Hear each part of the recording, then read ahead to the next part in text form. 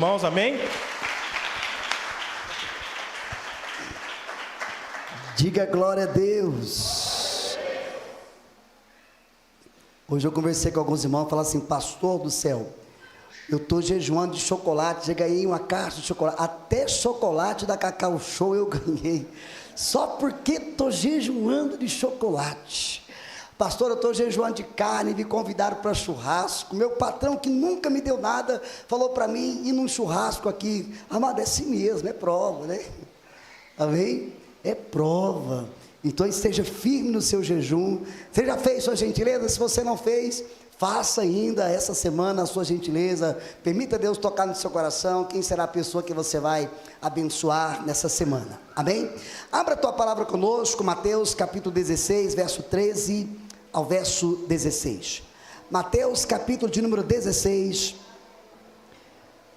versículo de número 13 ao verso de número 16. NVI.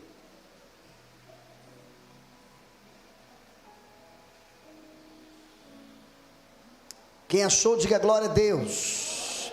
Quem trouxe Bíblia, diga aleluia. Quem não trouxe, fala misericórdia. Amém? Mas eu queria que você pudesse ler comigo, em uma só voz. Vou contar até 3, lê o texto comigo. Está projetado aqui na nossa projeção. 1, 2, 3.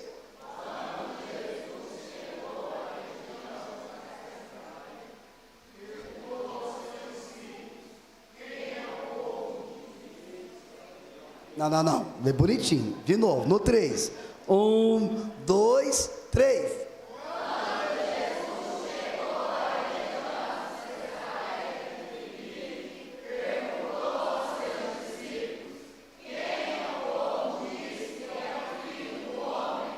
Pera, é uma pergunta, então lê a pergunta de novo, só a parte B lá, quem o povo? 1, 2, 3.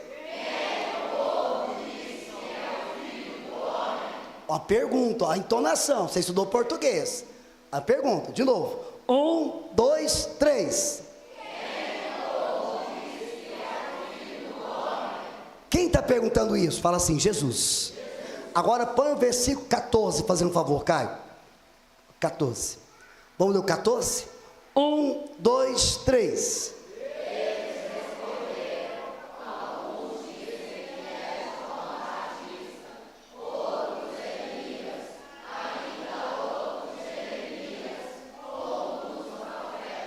Aqui é os discípulos respondendo, ok? Aqui é os discípulos respondendo. Agora olha o verso de número 15.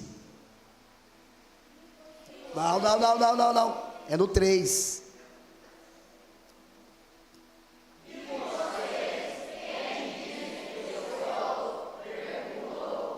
Olha a pergunta. E vocês? Quem dizem que eu sou? Quem perguntou? Quem perguntou? Agora o 16, encerramos a leitura. Não, eu contei só 2, é 3.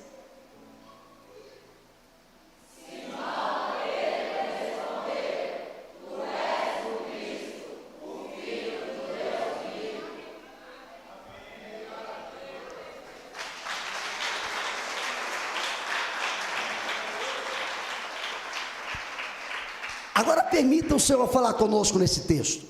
Eu sempre digo que a Bíblia, ela não pode ser apenas lida. A Bíblia, ela precisa ser entendida. Porque se nós apenas lermos a palavra por si só, não vamos entender aquilo que o Senhor quer falar conosco. O tema da palavra de hoje é: quem é Jesus na sua vida? Quem é Jesus para você? Levanta os olhos, eu sempre gosto de dizer isso. Sempre havia 3 tipos de multidões e de pessoas que gostavam de acompanhar Jesus, de seguir Jesus. Pastor, quais são esses 3 tipos? O primeiro tipo, a primeira qualidade da multidão é aqueles que queriam seguir Jesus por causa da multiplicação dos pães. A primeira multidão queria seguir Jesus apenas por causa daquilo que Jesus podia fazer. Eles pensavam assim: se eu seguir Jesus, de fome eu não vou morrer, porque Jesus dá pão e peixe. Então eu vou seguir Jesus. Esse era o primeiro tipo de multidão que gostava de seguir Jesus. Presta atenção. O segundo tipo de multidão que gostava de seguir Jesus eram aquelas pessoas que gostavam de procurar defeito ou problema na mensagem ou na pregação de Jesus. Eles ficaram observando, porque eles queriam ver Jesus falhar, eles queriam ver Jesus errar, então eles ficavam sempre observando, então eles perdiam a melhor parte da palavra.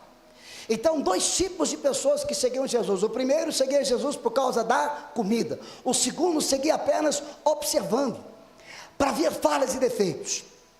Agora havia um terceiro tipo de multidão. O terceiro tipo de multidão, ouça, eram aqueles sedentos. Eram aqueles famintos que entendiam que Jesus tinha a palavra de vida eterna. O terceiro tipo de multidão era aqueles que entendiam e sabiam: eu vou seguir Jesus, porque se eu seguir Jesus, eu sei que a minha vida será mudada. Eu vou seguir Jesus, porque eu sei, se eu seguir Jesus, a minha vida será transformada. Eu vou seguir Jesus, porque eu sei, se eu seguir Jesus, milagres acontecerão na minha vida. Agora ouça, eu sei que você que está aqui nessa noite não faz parte do primeiro tipo de multidão. Eu sei que você que está aqui nessa noite não faz parte do segundo tipo de multidão, mas eu creio que você que está aqui nessa noite faz parte do terceiro tipo de multidão, que crê que o Senhor vai abençoar a tua vida, a tua casa, a tua família, em nome de Jesus. É isso que você precisa crer nessa noite, em nome de Jesus. Então ouça, aumenta a fé no teu coração, abra os seus olhos, abra os seus ouvidos e permita nessa noite a palavra penetrar no teu coração. Permita a palavra trazer mudança na tua vida e no teu coração nessa noite. Jesus então chega para os seus discípulos, porque Jesus estava ensinando os seus discípulos. Se você pegar o mesmo texto que lemos e ler nos versículos acima, você vai ver que os discípulos estavam discutindo sobre a multiplicação dos pães. Então Jesus, ouvindo, percebendo os discípulos conversando entre eles, discutindo, então Jesus se aproxima e faz a seguinte pergunta para eles. Eu quero ler de novo, Caio, por favor, o verso de número 13. Projeta de novo, por gentileza. Chegando Jesus à região de Cesareia de Filipe, perguntou aos seus discípulos: quem os homens dizem que o Filho do Homem é? Jesus queria saber, porque as pessoas estavam falando acerca de Jesus, haviam comentários acerca de Jesus, porque Jesus já havia multiplicado pão, Jesus já havia curado paralíticos, Jesus já havia curado cegos, Jesus já havia corrompido a religiosidade da época. Então Jesus perguntou para os discípulos: vocês estão ouvindo o povo falar de quem eu sou? Quem eu sou para o povo? Aí eu pergunto para você, quando as pessoas olham para a tua vida, elas dizem: quem é você em Deus? As pessoas quando olham para você dizem assim, ó: lá vai o Filho de Deus, lá vai a mulher de Deus, lá vai o homem de Deus. O que as pessoas estão falando ao seu respeito? A segunda pergunta: dentro da tua casa, como a sua família reconhece você? A sua esposa, seus filhos, seu esposo, como a tua família reconhece você dentro da tua casa? Aqui Jesus olha para os discípulos, porque Jesus quer chamar a atenção deles, perguntando: quem o povo diz que eu sou? Nesse momento houve um silêncio no meio dos discípulos, ninguém falou nada. Então de repente alguns dos mais corajosos começaram a falar. Olha o verso 14. E eles responderam: alguns dizem que o Senhor é João Batista, outros dizem que o Senhor é Elias, mas ainda outros que dizem que o Senhor é Jeremias ou um dos profetas. Sabe o que Jesus entendeu aqui? Que o povo, a multidão, não teve o discernimento de quem era Jesus. A multidão viu, meu Deus, presta atenção, a multidão havia esperado o Messias, a multidão orou desejando que o Messias viesse. Agora o Messias veio, encarnado em Jesus. Agora o Messias está entre o povo, e o povo pergunta: quem é Jesus? O povo não sabe, o povo está confundindo Jesus com Elias. O povo está confundindo Jesus com João Batista. Quantas vezes você tem confundido Jesus com tantas coisas na tua vida? Quantas vezes você tem confundido Jesus com tantas coisas? Quantas vezes você tem deixado Jesus de lado na tua vida? Quantas vezes, amados, você virou as costas para Jesus? Quantas vezes você na tua casa, no teu trabalho, ou até mesmo aqui na igreja, deixou de estar perto e deixou de atrair a presença de Jesus sobre a tua vida? E Jesus dizendo para você: será que para você eu também não sou João Batista? Será que para você eu também não sou um dos profetas? Quem o povo está dizendo que eu sou? Quem a população está dizendo que eu sou? Povo esse que viu Jesus fazer milagres, povo esse que viu Jesus fazer maravilhas, povo esse que viu Jesus fazendo prodígios. Agora olha aqui comigo o verso de número 15. O verso de número 15. E vocês, perguntou ele, quem vocês dizem que eu sou? Jesus primeiro pergunta para a multidão. Segundo texto, os discípulos respondem. Agora ele volta para os discípulos. E para vocês, quem eu sou? Agora permita Jesus estando aqui nesse ambiente e olhando para você e perguntando para você: quem eu sou para você? Qual lugar na tua vida eu ocupo? Qual prioridade na tua vida eu ocupo? Quem é Jesus para você? Quem tem sido Jesus para você? Qual lugar na sua vida Jesus tem ocupado? Eu conheci um homem chamado Sebastião Engino. Pude estar com ele por muitos anos da vida dele. Esse homem era um homem idoso, ele sempre me chamou a atenção. Ele dizia assim: eu não consigo levantar e orar, falar com Deus, sem antes escovar os dentes. Quando ele falou isso, no primeiro instante eu pensei assim: mas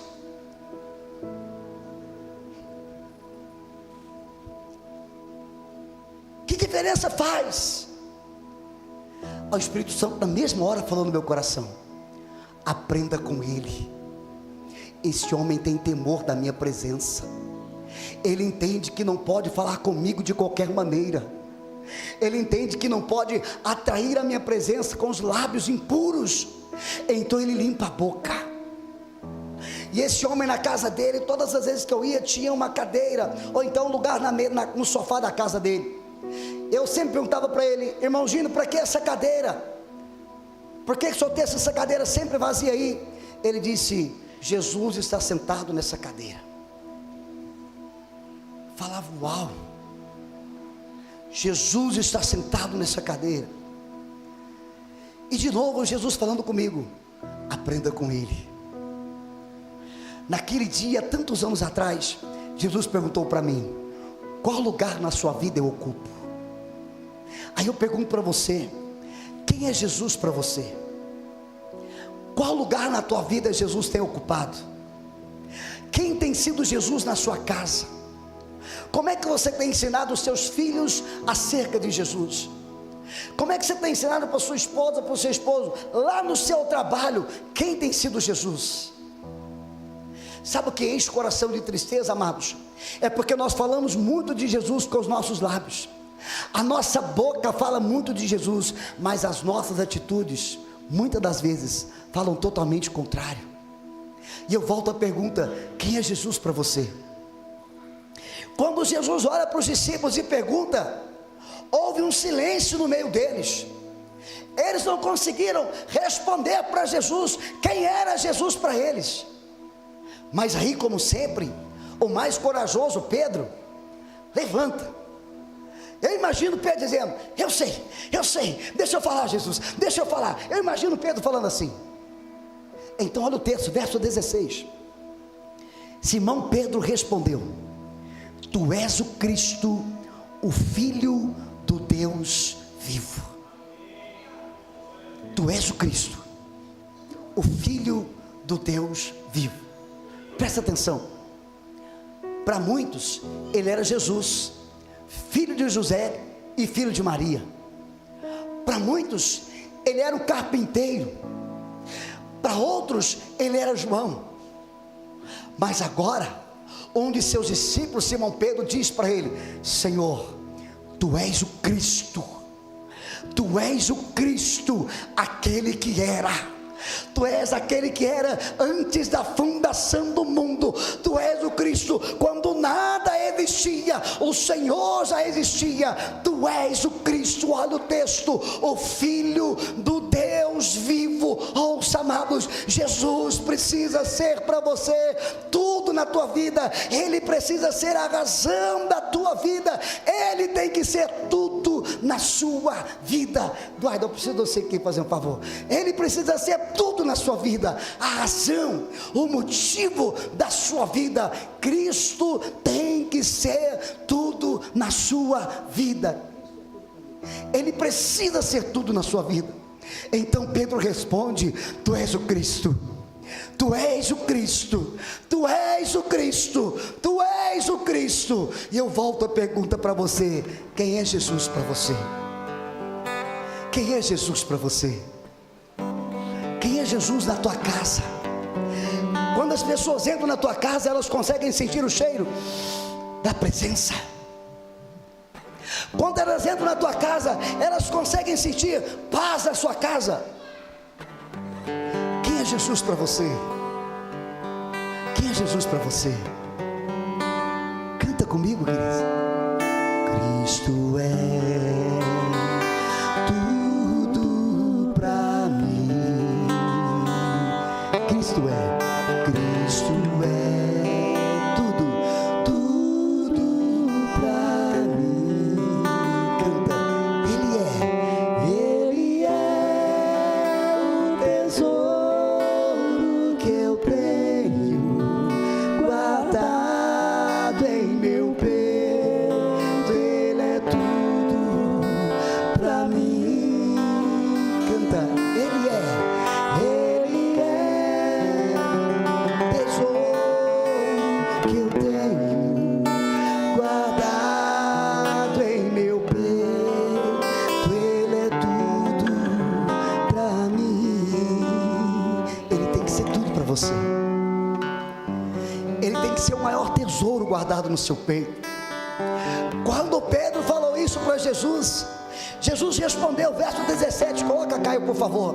Jesus então responde a Pedro, responde aos discípulos, olha o texto, meu Deus. Jesus respondeu, disse: feliz é você, Simão, filho de Jonas, porque isto não foi revelado por carne ou por sangue, mas pelo meu Pai que estás nos céus. É o meu Pai que testificou no teu coração, é o Pai que está nos céus que testificou no seu coração.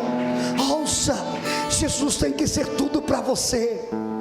Ele tem que ser o centro na tua vida. Ele tem que ser tudo para você. Sabe aqueles dias, aquele momento da tua vida que você parou de acreditar em Jesus e começou a dar muito mais credibilidade no problema, começou a dar muito mais credibilidade na dificuldade que você está passando, começou a dar muito mais ênfase no problema, na luta que você está enfrentando. Foca aqui, Emily, presta atenção, muito mais atenção na dificuldade que você está enfrentando. Ouça, quem é Jesus para você? Tira os olhos do problema, olhe para Jesus. Tire os olhos da dificuldade, olhe para Jesus. Olhe para Jesus. O nosso problema é que estamos olhando demais para a dificuldade, estamos olhando demais para as lutas, estamos olhando demais para o problema, estamos olhando pouco para Jesus. Pedro pôde ter a revelação, porque os olhos de Pedro estavam nos céus. Por isso não pôde ser a carne que revelou a Pedro, por isso que foi o Espírito que revelou a Pedro. E o Espírito está dizendo para você: o problema que você está enfrentando, a luta que você está carregando nos seus ombros, entenda, Jesus pode resolver isso. Mas eu vou perguntar de novo para você: quem é Jesus para você? Quem é Jesus para você? Precisamos voltar à época, queridos, que quando falava-se de Jesus, os teus olhos enchiam-se de lágrimas. Precisamos voltar à época que quando falava-se de Jesus, precisamos voltar à época em que você era apaixonado pela presença, apaixonado por Ele. Ouça, precisamos voltar a sermos apaixonados por Ele, apaixonados por Ele. Então Pedro pôde dizer, então Jesus pôde dizer para Pedro: Pedro, é impossível a carne ter revelado isso para você. Vamos entrar em outra dimensão, queridos. Vamos entrar em outra dimensão. A luta e o problema que você está enfrentando, Jesus está olhando para você dizendo: querido, eu posso resolver. Eu posso resolver. Eu posso resolver. Eu posso resolver. Não existe problema que eu não possa resolver. Eu posso resolver. Mas ele pergunta: qual lugar que eu ocupo no seu coração? Quem sou eu para você? Quem sou eu para você? Você está me buscando porque você ama a minha presença, ou porque você acha que eu apenas posso resolver o teu problema? Precisamos voltar a sermos apaixonados por Ele. Sabe aquele dia que você se sente fraco, fraca? O diabo quer fazer você se sentir fraco. O diabo quer fazer você se sentir fraca, derrotado. Mas aí vem a palavra, vem a palavra do Senhor para o meu coração e para o teu coração. Olha o que está escrito, Joel capítulo 3, verso 10. Projeta por favor, Caio. Joel capítulo 3, verso 10. Diz assim: forjai espadas das vossas enxadas, e lanças das vossas foices. Diga o fraco: eu sou forte. Ou diga o fraco: eu sou valente. Em outras traduções, não é diga ao fraco, é diga o fraco. Aqueles dias que você está se sentindo fraco, diga para você: você é forte. Você é forte. Você é forte. Você é forte. Você é forte. O texto diz isso acima: forjar a espada. O que é isso? Pega a espada, que é a palavra do Senhor. Leia a espada, leia a palavra. Se prepare para a guerra. O diabo quer fazer você se sentir fraco, porque todas as vezes que você se sente fraco, você não tem força de orar. E o diabo sabe o poder que há na oração. Ele sabe o poder que há na oração. Já prestou atenção? Todas as vezes que você vai orar, o que acontece? Dá o que em você? Sono. Todas as vezes que você pega a Bíblia para ler, acontece o que? Dá o que? Sono. Todas as vezes você chega na igreja, começa a palavra, te dá o que? Te dá o que? Sono. Você nunca se perguntou por quê? É porque o diabo sabe. A fé vem pelo ouvir, e o ouvir da palavra de Deus. Então sabe o que ele vai tentar fazer? Fazer você se sentir fraco, fazer você não ouvir a palavra, não entender a palavra. Porque quando você não ouve a palavra e não entende a palavra, você fica fraco. E quando você fica fraco, você não ora, você não lê a palavra, você não jejua. E se sentindo fraco, você se distancia da bênção. Mas a Bíblia está dizendo: diga o fraco: eu sou forte. Você é forte. E a Bíblia: você é forte. Olha o que a Bíblia diz em Provérbios capítulo 21, verso 23. Meu Deus: quem é cuidadoso no que fala, evita muito sofrimento. O que é isso, pastor? Cuidado com as palavras que saem da sua boca. Você tem dito muitas palavras negativas ao seu próprio respeito, falando que você não vai conseguir, falando que você é um fracassado, falando que não vai dar certo, falando que nada dá certo para você. Cuidado com as palavras que saem da sua boca. Cuidado com as palavras que saem da tua boca. Deus deseja abençoar você, então cuidado com as palavras que saem da tua boca. Pastor, então como é que eu tomo cuidado? Peça para o Senhor trazer para a tua mente, para o teu coração, pensamentos bons, pensamentos dos céus. Como é que eu peço, pastor? Bíblia, Filipenses capítulo 4, verso 8. Filipenses capítulo 4, verso 8. Projeta por favor, diz assim: quanto ao mais, irmãos, tudo o que é verdadeiro, tudo que é honesto, tudo que é justo, tudo que é puro, tudo que é amável e tudo que é de boa fama, se há alguma virtude nisso e se há algum louvor nisso pensai. Então em que você vai pensar? Você vai pensar em coisas boas, em coisas grandes, atrair pensamentos de bondade sobre a tua mente, sobre o teu coração, e entendendo que as suas orações estão chegando diante de Deus, entendendo que as suas orações estão chegando diante do Pai. Ouça isso.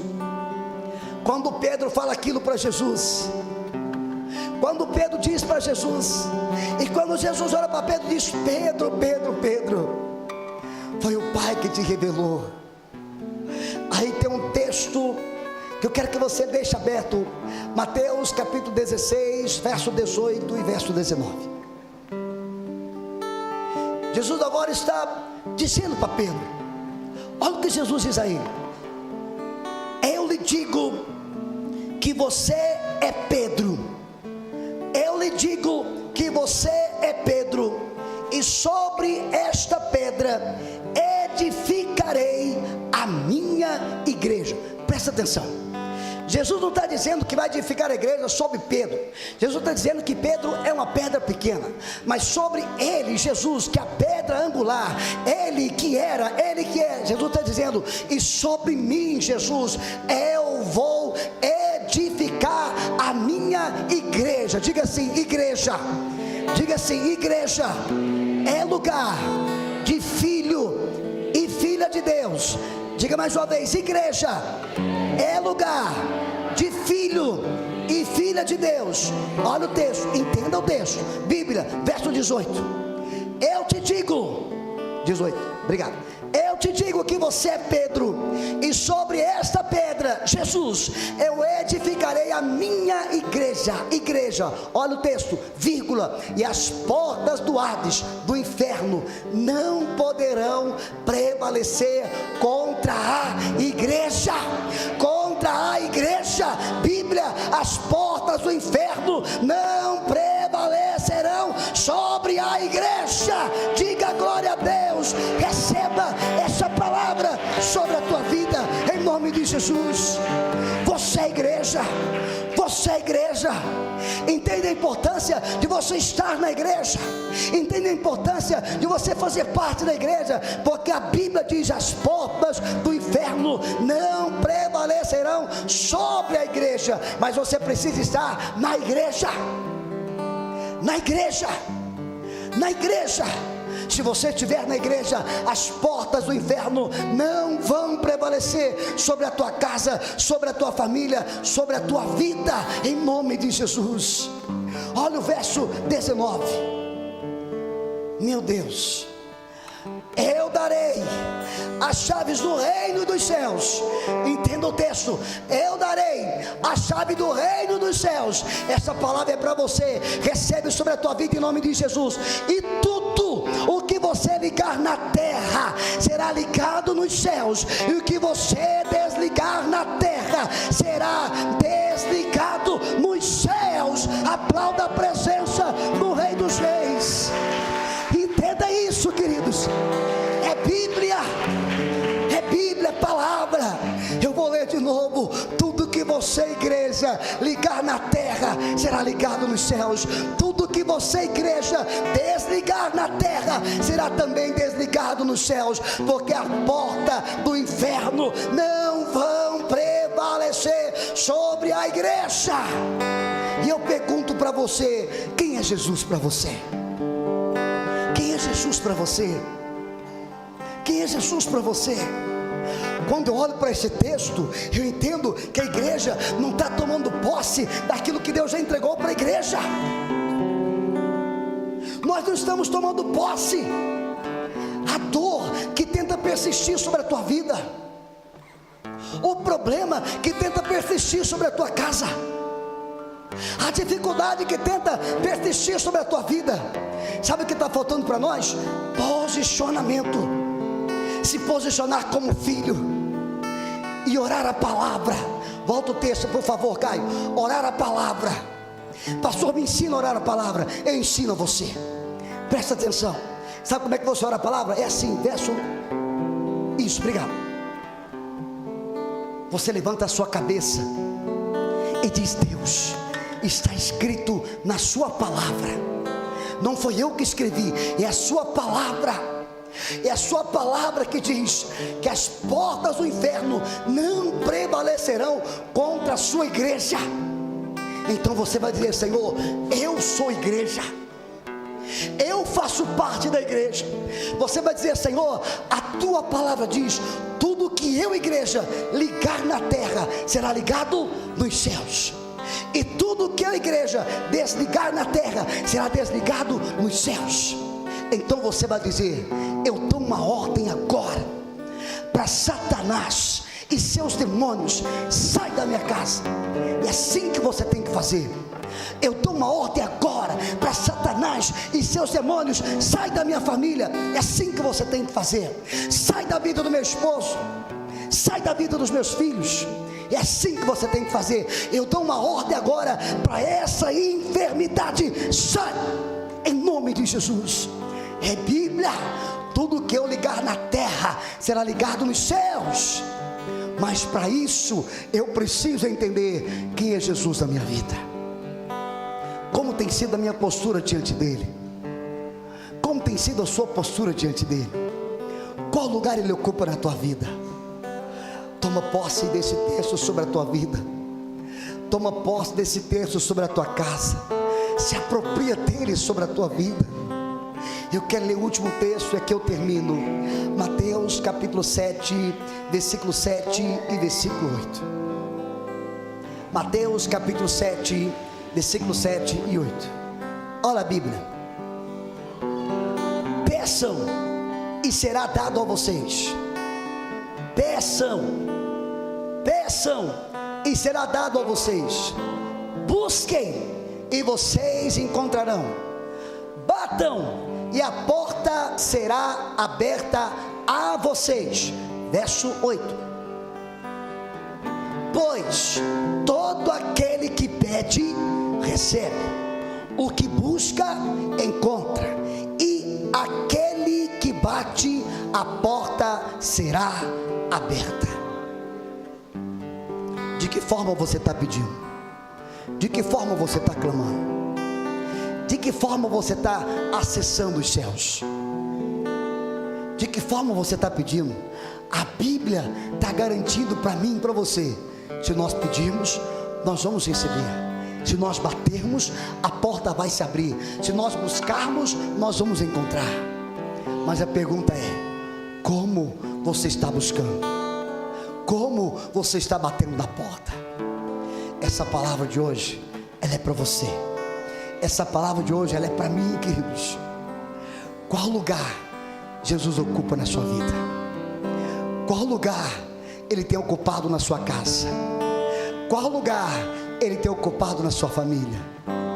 Se coloque sobre os seus pés. Eu queria que você cantasse mais uma vez: Cristo é tudo para mim, tudo para mim. Ele é o maior tesouro que você tem, guardado no seu peito.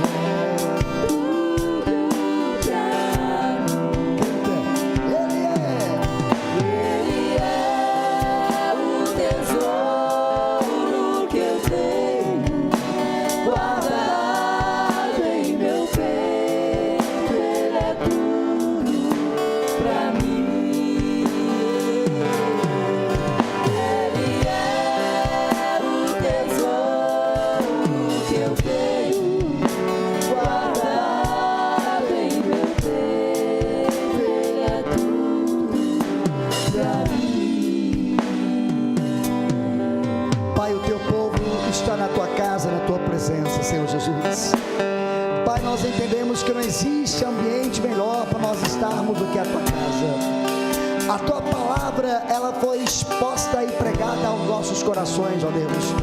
Que essa palavra traga para nós não apenas o entendimento, mas ela traga clareza, e ela traga mudança nas nossas vidas, ó Pai.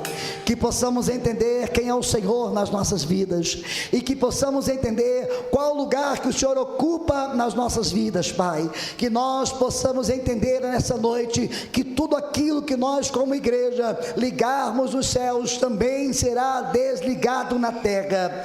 Pai, que essa palavra ela possa provocar em nós um tempo de abundância, um tempo de graça, um tempo de bênção sobre as nossas vidas, Pai.